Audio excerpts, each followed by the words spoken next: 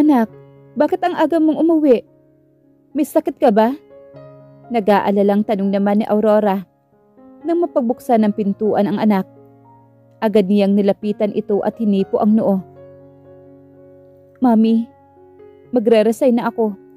Uuwi ako ng Pilipinas para tulungan si tita.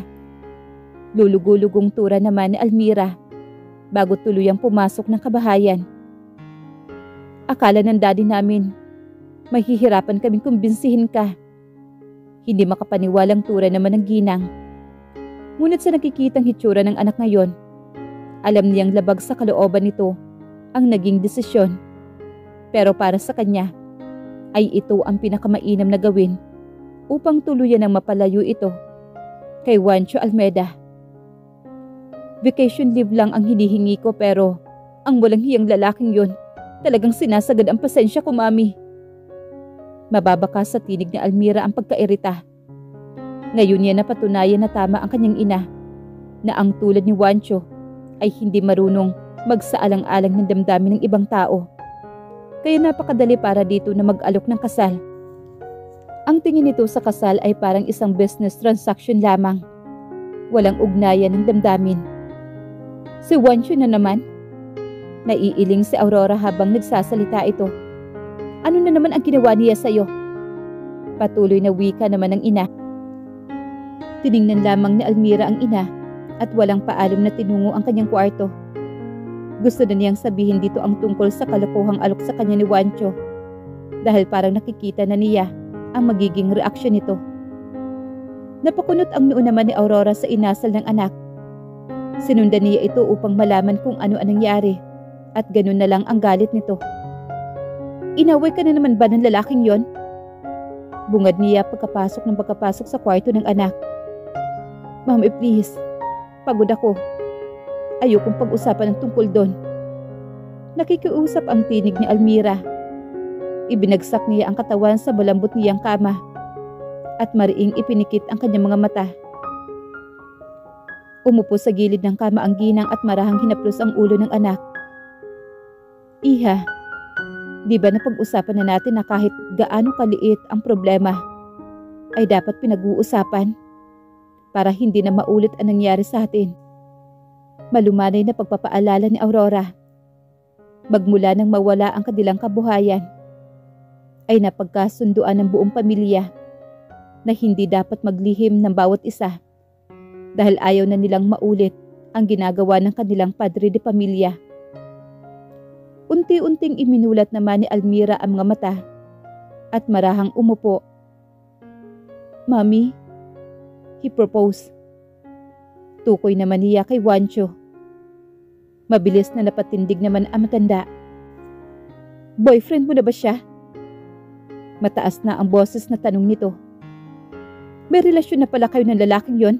Ay wala pa kaming kaalam-alam ng daddy mo? Talagang hindi ka na nakinig sa akin, ano? Ilang beses ko bang sinasabi sa'yo na ang isang katulad ni Juancho Almeda ay hindi marunong magseryoso ng babae?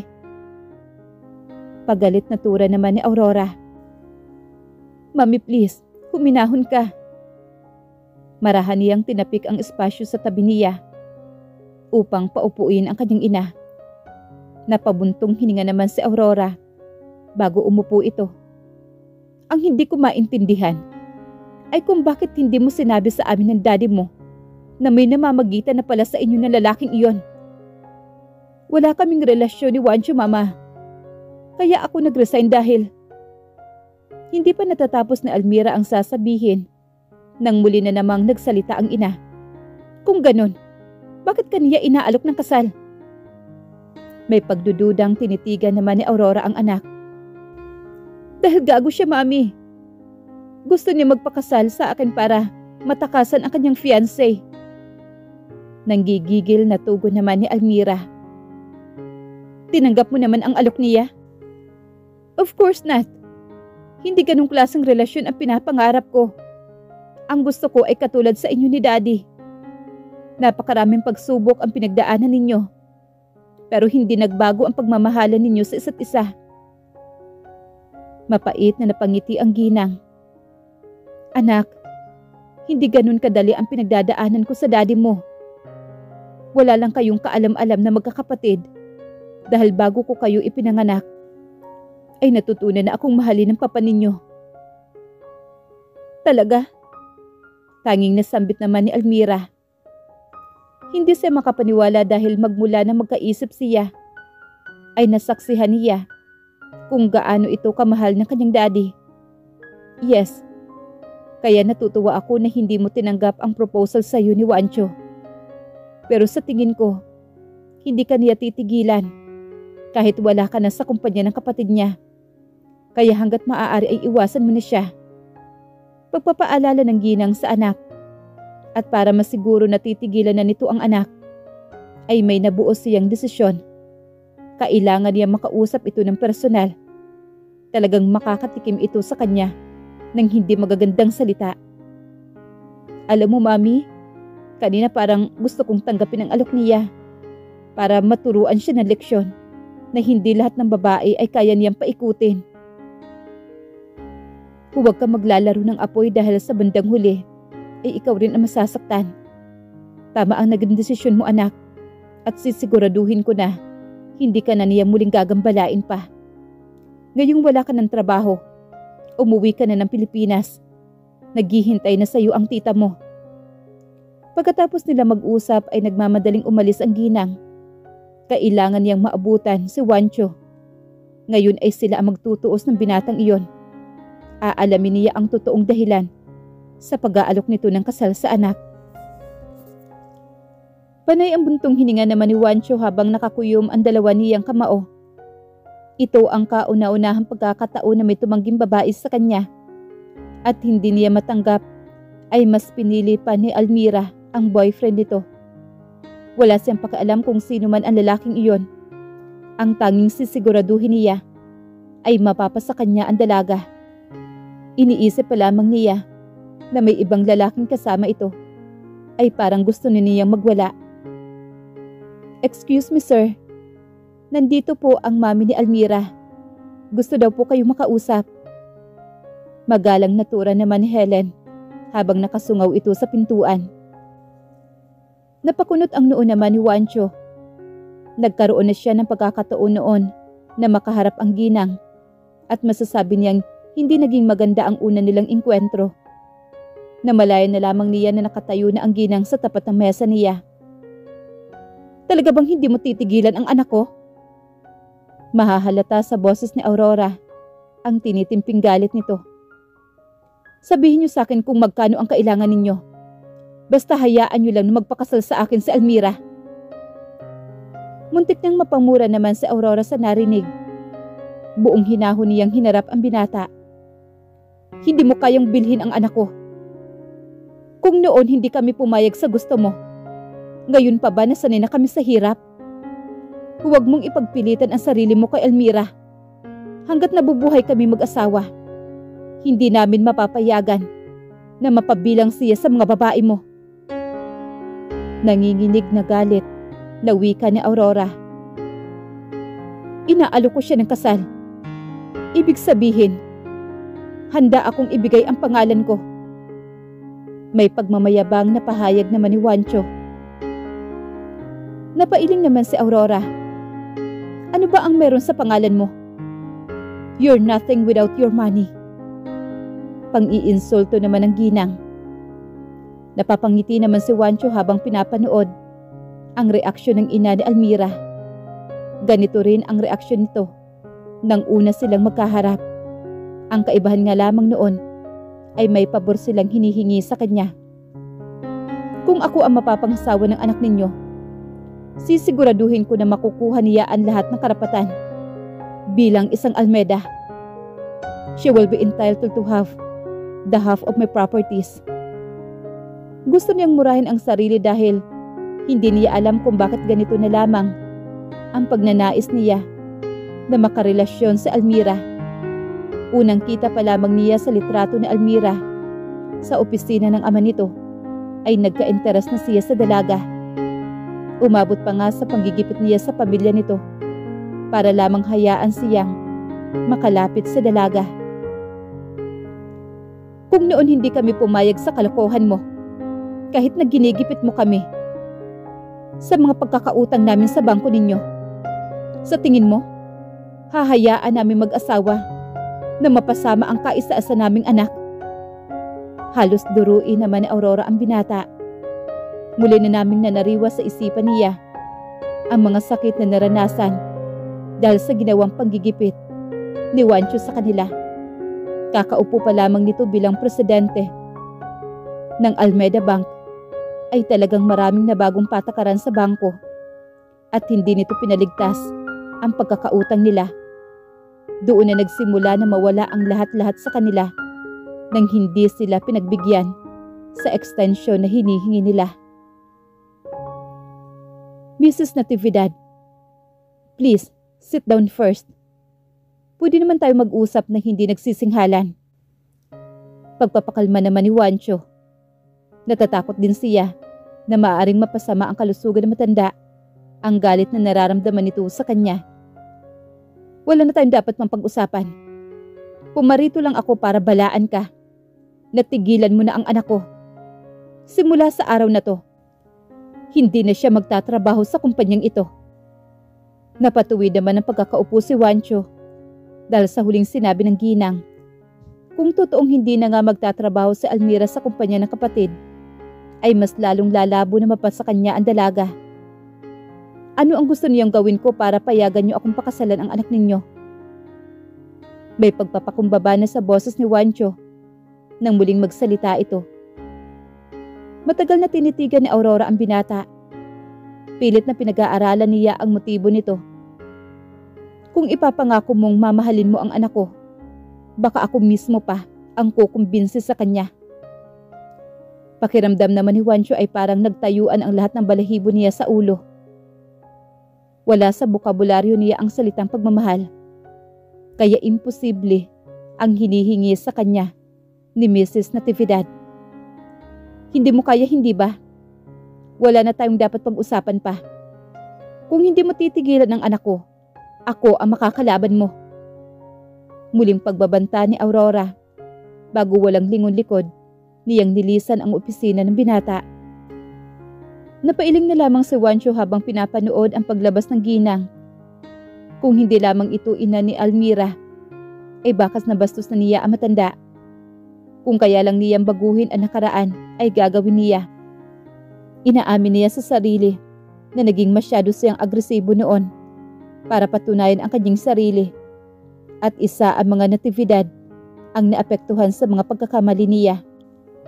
Malinaw pa rin hanggang sa ngayon sa isipan niya ang ginawang pagtanggi ng mag-asawang Natividad sa proposal niya. Ipinangako niya sa sarili na kapag nakaharap niya ng personal ang anak ng mga ito, ay gagawin niya ang lahat para mapasa kanya lamang ito. Ngunit sa tinatakbo ng sitwasyon ngayon, ay tila mabibigo na naman siya. Bigla siya napatayo ng may naisip na ideya. Nagmamadali niyang tinungo ang pwesto ni Helen upang kunin nito ang address ng mga Natividad. Kailangan niyang mapaniwala ang mga magulang ni Almira na seryoso siya sa dalaga. Matapos makapagpabook ng tiket pa uwi ng Pilipinas, ay nagmamadaling bumaba si Almira upang ipaalam sa ina sa isang araw na ang pag-uwi niya. Napakunot ang noo niya nang hindi makita ang ina. Akmang tatawagan na niya ito nang biglang bumukas naman ang pintuan. Mami, saan kayo galing? Akala ko ba naghahanda kayo ng hapunan? Salubong naman ni Almira sa ina na halos hindi maipinta ang mukha nito. Pinuntahan ko si Juancho. Ano? Bakit niyo ginawa yun, Mami? Wala naman kayong dapat pag-usapan. Talagang nabigla lang si Almira sa ginawa ng ina. Wala sa hinagap niya na makikialam ito sa problema niya. Mabuti nang malaman niya na kapag may ginawa siyang kalokohan sa'yo, ay ako mismo ang makakalaban niya. Wala pa rin kangiti-ngiting pahayag naman ni Aurora. Pero Mami, hindi mo na dapat pang pinag-aksayahan ng panahon ang lalaking yon. Pag uwi ko ng Pilipinas, ay makikipagkita ako kay Agatha para personal na makapagpaalam sa kanya. Wala nang dahilan na muli pang mag-cross ang landas namin dalawa. I don't think so. Matagal nang interesado sa'yo si Juancho. Biglang natigilan naman si Aurora. Matagal na siyang interesado sa akin?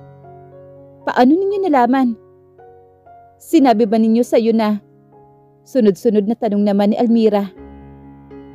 Basta, kalimutan mo na ang lalaking yon. Pag-iwas naman ni Aurora sa mga tanong ng anak. Bakit ninyo nasabing matagal na siyang interesado sa akin, Mami? Pagungulit naman ni Almira. Kailangan ko maghanda ng hapunan. Parating na ang papa mo. Mamaya na natin pag-uusapan ang tungkol dyan. Nagmamadaling tinungo naman ni Aurora ang kusina para iwasan ang mga tanong ng anak. Kung ano man ang nangyari noon, ay hindi na dapat malaman nito. Susundan na sana ni Almira ang ina, ngunit biglang tumunog naman ang telepono sa sala. Dali-dali niyang sinagot ito. Yvette, kumusta ka? Pilit niyang pinasisigla ang boses nang malaman na ang kaibigan ang nasa kabilang linya. Almira, kailan ka uuwi ng Pilipinas? Kailangan na nating simulan ang plano ko. Tinawagan mo na ba si Dylan? Mahahalata sa tinig ni Yvette ang pagkainip. Napabuntong hininga naman si Almira. Nitong mga nakaraang araw, tuwing nakakausap niya si Yvette, ay may kakaiba siyang nararamdaman na hindi niya kayang ipaliwanag. Sa isang araw ang uwi ko, maikli niyang tugon rito. That's good. Huwag mong kakalimutang tawagan si Dylan. At ang bilin ko sa'yo na dapat ipaalam mo sa kanya na mahal mo pa rin siya. Pero Yvette, hindi ko na mahal si Dylan. Ang sabi mo nga sa akin ay may asawa na yung tao. Pagpuprotesta naman ni Almira. Akala ko ba tutulungan mo ako? Tandaan mo, noong nangailangan ka ng tulong, ay hindi ako nagdalawang isip na tulungan ka. May panunumbat na tugon naman ni Yvette. Mariing naipikit naman ni Almira ang mga mata bago muling nagsalita ito. Yvette, parang hindi ko kaya ang pinagagawa mo. Marahas na napamura naman ito. Nagkasundo na tayo, hindi ba? Pwes, kung ayaw mo akong tulungan, ibalik mo na ang 5 million na pinahiram ko sa'yo. Mataas na boses na wika ni Yvette. Yvette, nakikiusap ako. Bigyan mo ako ng 1 taon para mabayaran ka. Pakiusap naman ni Almira. Hindi, Almira. Kung hindi mo ako tutulungan, kailangan mo akong bayaran kaagad. Pasalamat ka nga. Hindi ko nalalagyan ng interest yung hiniram mo. Wala pa akong ganyang kalaking pera sa ngayon. Din wala kang magagawa. Sa ayaw at sa gusto mo, susunod ka sa pinagagawa ko sa'yo. Mag-usap na lang tayo ulit kapag nandito ka na. Email me your flight details and I will pick you up in the airport. Basta huwag mong kakalimutang tawagan si Dylan. Napatiimbagang na lamang si Almira nang babaan siya nito ng telepono. Gayon pa lamang ay may awa na siyang nararamdaman para sa asawa ng dating nobyo. Wala namang kasalanan ang babae, ngunit dahil sa ginawa ng kapatid nito, ay ito ang magdurusa sa gagawing paghihiganti ni Yvette. At ang ikinangangalaiti pa niya ay siya mismo ang gagawa ng paraan para masaktan ang asawa ni Dylan. Dahil sa malalim na pag-iisip, ay hindi na malaya ni Almira ang pagdating ng kanyang ama. May problema ba, Iha? May pag-alalang tanong sa kanya ng ama. Papa, kanina ka pa ba dyan? Kinakabahan naman si Maureen na baka narinig ng ama ang pakikipag-usap niya kay Yvette. Kadarating ko lang. May problema na naman ba sa trabaho mo? Muling tanong naman na matanda. Nag-resign na ako, Papa. Mabuti naman, ibig sabihin ay matutulungan mo na ang tita mo. Nakangiti ito habang nagsasalita sa kanya. Tanging-tango na lamang ang itinugo ni Almira. Papa, pakisabi kay Mami na hindi ako makakasabay sa hapunan. Busog pa po ako. Nagmamadaling umakyat naman si Almira sa kwarto niya. Ang totoo, wala siyang ganang kumain dahil sa pagkainis niya kay Yvette. Nawala na rin sa isip niya ang sinabi ng ina tungkol kay Juancho. Pumunta na sa komedor si Roberto nang may sunod-sunod na nag-doorbell. Bago niya tinungo ang pintuan ay tinawag muna ang asawa. "May darating ba tayong bisita?" Tanong niya nang lumabas si Aurora mula sa kusina. "Wala, at sino naman bibisita sa atin?" Nagtatakang tugon naman ni Aurora bago muling tumunog ang doorbell. Samantalang si Juancho naman ay halos hindi mapakali sa labas ng pintuan ng mga natividad. Nakailang pindot na siya ng doorbell, ngunit wala pa rin nagbubukas ng pintuan. Kung hindi niya lang kailangan ang tulong ni Almira, ay hindi siya magpapakumbaba rito. Ngunit ito lang ang tanging babae na alam niyang makakasundo ng ina, kaya gagawin niya ang lahat. Mapapayag niya lang itong pakasalan siya. At kung kinakailangan niyang magkunwari sa mga magulang nito, ay gagawin niya.